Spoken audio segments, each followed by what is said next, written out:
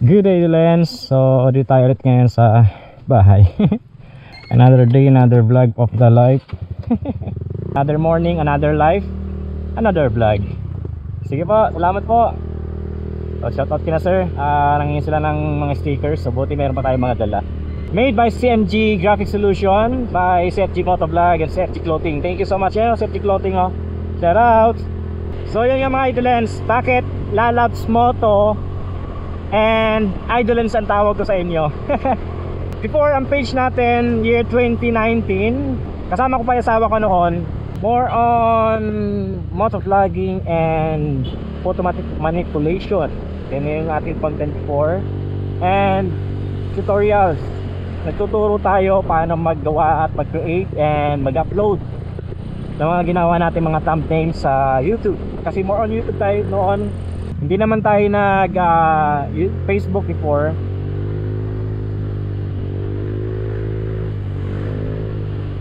So yung content natin noon ay parang hindi ko na siya nagagawa ngayon. Kasi wala namang time talaga mag-tutorial. At alam ko naman na marami nang marunong gumawa ng thumbnail. At alam ko naman maraming marunong gumawa at mag-upload ng Facebook videos and YouTube videos nang merong thumbnail. At pinadali na yan ni Facebook.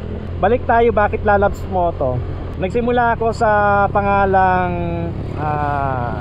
Dunamis Russ. Just awan ko lang kung meron pa dito mga solid followers since day one. At talagang Dunamis Russ yung pangalan ko sa aking profile Facebook. Kasi galing sa word na Dunamis sa Bible term Hebrew or Greek. Ibig sabihin na dynamite, power ni Lord, parang dynamite. Dunamis Russ, lahat kami kakapatid niya, pangalan namin niya sa Facebook ay Dunamis Russ, Dunamis Ralph, Dunamis Hope, Dunamis Run, Dunamis Rain. Ano ba? Basta lahat, Dunamis Rosh, yan.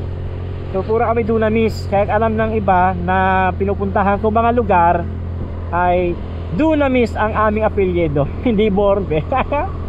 At yun, naging page nga yan, Dunamis Russ. More on photography, dahil nga more on photography or photography, dahil di naman tayo gumagamit ng DSLR or mga mirrorless camera. So yun ay more on gamit camera ng cellphone. Kaya naging Dunamis Photography. Naging member din tayo ng Philippine Photography dito sa Pilipinas. Siyempre, Philippine nga, no? Philippine nga eh.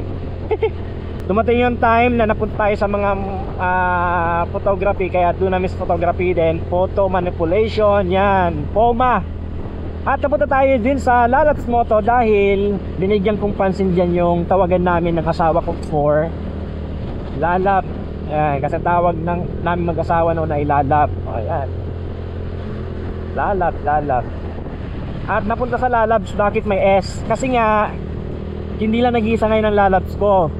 Alam naman yan yun noon. Kasi lahat na followers ay Lalabs ko. Ay, kasi mapagmahal nga ako mga idolens. Hindi ako madamot sa mga alam ko. Kung ano yung nalalaman ko na pwedeng hindi nyo alam, share ko. At sige lang ako dyan syempre, turo ng turo. Sa mga kakilala ko at nakikilala ngayon, marami sa inyo siguro dyan, di nyo naman siguro may papabulaanan. Kung ano yung nalalaman ko, lalo sa mga content creation, di naman ako magaling, yun ay itinuturo ko at sineshare sa inyo, diba? So yun mga idolens, hanggang ngayon Lalabs Moto tayo at di magbabago. Dahil punoy natin ang pagmamahal yung buhay. Doon mas gagaan yung buhay natin kapag tayo nagmamahalan. Then bakit idolens? Idolens dahil marami sa inyo tawag sa akin idol. Siyempre, bakit naging idol? Dahil meron sa inyo diyan humahanga, o syempre talaga yung tawag niyo sa akin, o sa mga content creator, mga vlogger. Ako marami din kilalang iniidolo. Maraming aspeto sa mga vlogger, content creator na iniidolo ko. So idol ko sila sa likod at harap ng lente. Kaya ganun din sa akin, merong iniidolo sa akin at meron din ako mga iniidolo, at kayo din yon mga followers, idol ko rin kayo. So tawag ko sa inyo mga idolens ay idolens dahil idol ko kayo sa likod at harap ng camera, diba? So idol nyo rin ako sa likod ng camera. Ayan, maraming salamat sa inyo. Bakit nabuo ang Lalabs Moto at nananatili ang Lalabs Moto na siya nagiging dahilan ng aking libangan din ang pag-vlog. Although di tayo naman tayo talaga kumikita ng malaki dito, sapat lang. At syempre hanggang ngayon merong word na Idolens. Ayan, so bakit Idolens at bakit Lalabs Moto? Sana nasagot ko yung tanong ng ilan. Marami dyan, mga dalawa. So hanggang dito muna ang ating video. Salamat sa kunting kwentuhan at sa pakikinig. Sana patuloy nyo kami suportahan.